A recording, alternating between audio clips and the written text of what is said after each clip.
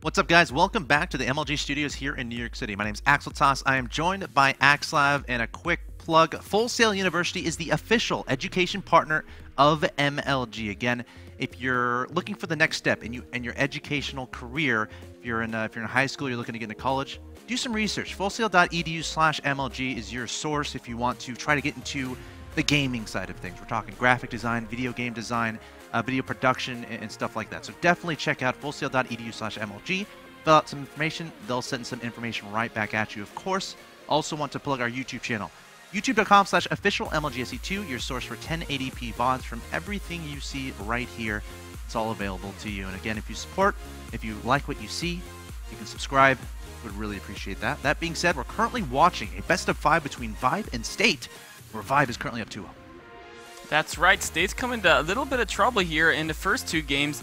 Game number 3 is going to be on Akalon Waste, and can State make a comeback? I mean, he tried the 3-base play in game number 2, and Vibe still, basically took him down.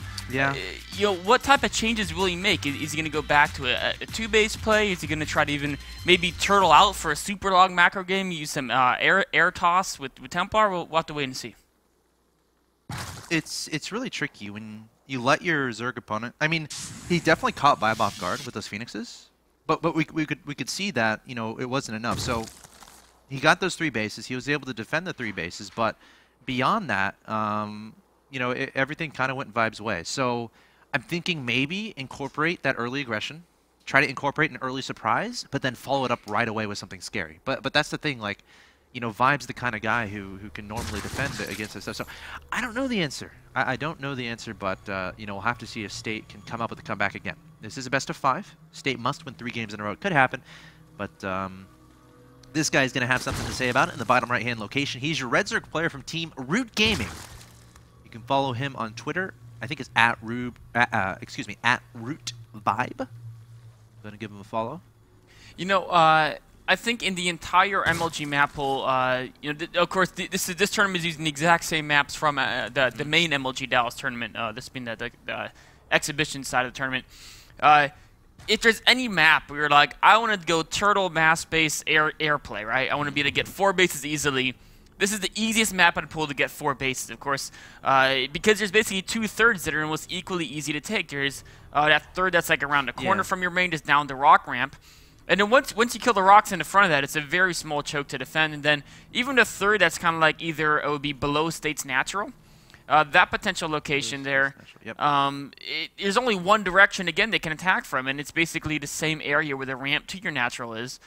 So it's pretty easy to defend 4 bases. This is a great map to play that turtle style, but if you try to turtle too much against a Zerg player like Vibe, we saw last game. There's like 7 bases over here too, so it's like... Yeah, I mean, he can take a lot of the bases, and in the mid-game, before in Wings of Liberty, the Protoss, you could kind of turtle up, and the Zerg couldn't really break you until they got Broodlords, right? That was the only way to really easily break your defenses without having to invest a lot of units, basically, and worse losses. But the Swarm hosts kind of can do the same thing on the Lair Tech. They can chip away at your defenses without the Zerg having to lose units, so they can be, meanwhile, teching up, expanding at the same time as getting some damage done. Of course, should be fairly obvious by now, but State is your blue Protoss player in the top left-hand location. He needs to win 3 in a row here in this best of 5 to advance to the next round. You can follow him on Twitter at StateSC2. Currently teamless and a resident of California.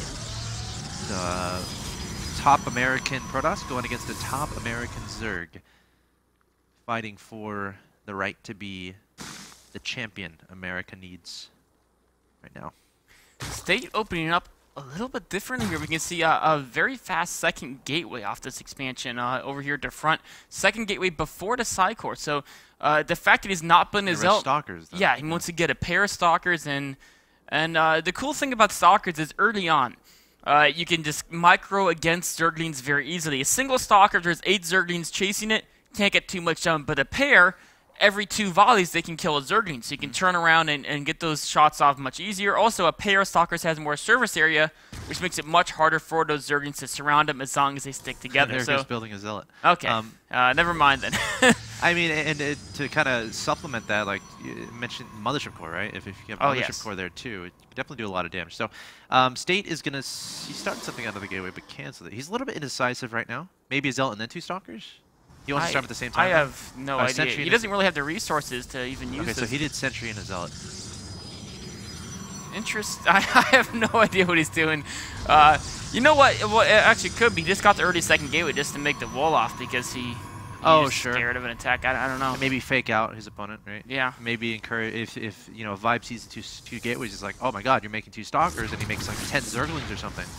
Then that's Zerglings that aren't drones, and at the the 6-minute mark of the game, that's actually a pretty big deal. So it is actually Vibe's getting a very early Roach Horn, seeing those 2 gateways. So he could be looking to push out once he gets once +1 nears completion, and he may be trying to accomplish something similar to like a 4-gate Zealot pressure, except off of 2 gates, but you build the units before Warp Gate. So you invest more earlier, right? He's invested a lot of money early into these units, crowing them out of 2 gateways, cutting his econ by not chrono boosting probes, but he doesn't have to build the 3rd and 4th gateway like he would with that 4-gate +1 Zealot attack. So this is a kill the 3rd tactic. Yeah, and he has recall. So the cool thing about recall is that before he did these pushes, right, because eventually the Zerg will beat you back, you would not send sentries out.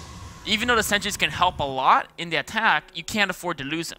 But with the ability to recall, you can say, okay, these sentries, they're running out of force fields, they're cornered, they're going to die. Now I recall, and he's going to have a recall by the time he crosses the map. So yes, and that's what he's waiting for. Like, this timing is meant to be, get my 7 units, 8 units out of the gateways, have a Mothership Core that has enough energy for a recall, and have some sentries with some good energy as well as +1 Zealots. The +1 is important. So Vibe knows this is happening, though. He has 3 Roaches on the way. Oh no, he's going to the wrong base. Oh, he thinks State's going to the wrong base. Because he hasn't scouted yet, of course, so he doesn't know. State's army is tailor-made to kill Zerglings, right? Yes. Force field so they can't get a great surround. The Zealots are +1. And Vibe knows this, so he has the Roaches on the way. And the idea with State's build is either the Zerg cuts their economy to get Roaches early, which costs a lot to get that Roach Horn as far as cutting your drone production. And then Roaches, of course, aren't so useful against the air follow-up. Or they go Zerglings and you get damage, and he sees the Roaches, so immediate recall. Yep. And I mean, State, this isn't bad for State that he wasn't able to get any damage done. I agree. I mean, it's not great for him, obviously, but the idea is he says, Vibe, don't play too greedy, get some Roaches early. Keep I want you to be, exactly.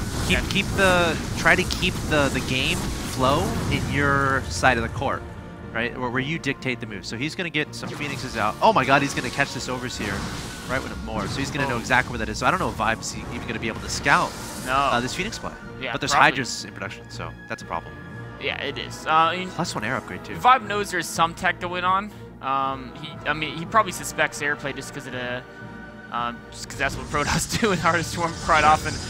Yeah, the +1 weapons is interesting. So that means State's definitely going to continue to use air units. We saw him use Void Rays, mixing those into his composition last game. So maybe we'll see him switch to Void Rays after a few Phoenixes. We'll have to wait and see. Vibe adding a Spire of his own. So he wants to go... it feels like Mutas. Yeah, there's no reason to make really Corruptors anymore, to be honest. Like, the Corruptors aren't even a good answer to Colossi, at least compared to Vipers, which are basically the same level on the tech tree because Hive is the same build time to get as a Spire.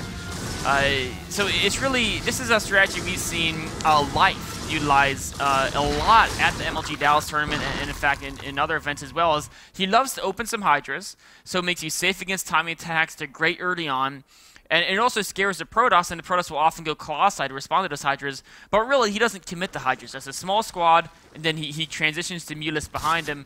That may be what we're going to see Vibe doing it, and I suspect it is. If you see 4 Phoenix, like, do you still want to do that? He has 800 gas stored up. Yeah, versus Phoenixes, it's a little bit trickier because especially with the 5 range they have now. Yeah. Oh, 1 Phoenix being taken out there. I think he's going to go Mutas, man. He just canceled his a missile upgrade. Well, Mutas are going to work out great because State's going straight to Tempest. I mean, very, very, very fast Tempest tech there, and 2 more Stargates being added as well. State needs a lot of cannons, though, or actually his Photon overcharge. So, and he's got 4 sentries with full energy, so I think he'll be okay against his attack. Very small choke there, easy to defend with force fields. All right, Vibe is going to try to attack multiple locations here. Going to poke at the third, then poke at the natural. Tempests are now in production. +1 air weapons on the way here from Vibe. He has supply block those, so I'm going to have to wait for those 5 overloads to complete before he starts making those mutas. I would love to see a hallucinated Phoenix try to scout out the Spire. The Tempest was revealed, though. Took 1 shot at the Roaches. Now, what is Vibe going to do to counter those Tempests? He knows State's going airplay now, of course. As soon as you see a Tempest, you know they got Fleet Beacon, and that's a very big tech commitment. There's so much gas being put into that Fleet Beacon and Tempest that they really can't be going Colossi. So it looks like he is going to switch to mutas, and if State gets caught off guard, the 3 Phoenixes are great, but if he can outnumber those, the Tempests are not good against mutas. I mean, they're pretty much useless against them. Zealot wailing away at this space at the middle right-hand location. Oh, no! Oh, did you just throw away... 2 more Phoenixes went down. There's that's only so 1 important, left. especially when 18 mutas are in production. You know, State might just die to these mutas straight out. He has Stalkers and Sentries, so the mutas can't quite engage his full army yet. Oh no, but his Stalkers and Sentries are out in the open. I think he should have enough to deal with these Hydras, but once the mutas come in here, I feel like... combined force, the mutas snipe the Sentries. Vibe's at 193 supply. This is getting dangerous. We got +1 air on the way Vibe's gonna play it safe though. Just go straight for the third base. There's nothing there to defend. There's no blink to get back there. 3 carriers in production, and carriers are actually really good against mutas, surprisingly good. Recall. Nice recall there. He might actually get a few of these. Okay, Vibe is gonna back away just in time. Gonna lose 1, 2, and the Tempests are going to be kind of a nice asset here. Yeah, they're annoying. Yeah. The mutas can't hang around for too long because eventually too many of them will get picked off. Vibe is massing Spine Crawlers, which is an interesting choice when your opponent's massing air. Just to keep his Zealot counterattacks can be, I don't know. Yeah. Like when you're making mutas, you're going to have a lot of minerals, so yeah. Why not? It would have been nice. I guess Spore Crawlers aren't, I mean, Spore Crawlers actually really good against carriers.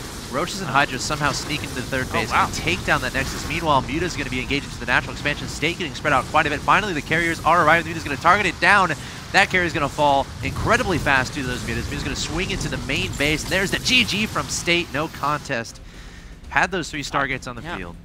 Vibe is just too good, man. He macroed up so fast. Yeah. Attacked multiple bases at the same time. And you know, State, he just couldn't keep up in all his locations at once. The Mutas just kind of overran him there. I mean, I like the opening. I thought that was a pretty crafty push there. Protoss players at home, if you're looking for an opening against a Zerg player, I have no problem with what he did there as far as the Sentries and the Zealot poke into the third base, keeping your opponent honest, forcing out some Roaches, forcing some gas usage. And then, of course, you always have the option to recall. Don't lose that Mothership Core, though, because that can get pretty dangerous. And then transitioning into a third in airplay. I like that, too. Because let's imagine the difference if State had been able to scout the Spire from his opponent. And he kept the Phoenix alive. And he kept the Phoenix alive. He'd have 3 Stargates, +1 weapons, and he'd already have 4 or 5 Phoenix on the field. And you could easily, I mean, 2 Phoenix is built pretty fast. With 3 Stargates, he could turn that number into 10, 11. Yeah. And not to mention a Phoenix range upgrade in Mutas. Yeah. With 3 Stargates, you should not have a problem with Mutas as long as you can see them coming. Caught him off guard. He was going Tempest, which just don't Hey, work. Man. I respect that. Yeah, you know? It was cool. It was cool. New Heartless Storm units. I like seeing those units. I like seeing the Tempests and the carriers. So, State, I've always been your fan, and I still am. So, don't take that loss too hard. But Vibe takes it 3-0, showing he is definitely a contender in this Constellation bracket. Let's take a look at that updated bracket. Vibe is going to face off against Bly. Ooh, I'm excited for that one. Of course, Bly defeated Suppy yesterday. The day before that, Marine King took out Seed. If you missed those, it's available on youtube.com/official MLGSE2, full 1080p HD. Definitely take advantage of that. And tomorrow, we're going to be completing the western side of this bracket, our own little March Madness. It's going to be Huck versus Baby Knight. We got EG versus FXOEU, and that should be a fantastic best of 5 PvP.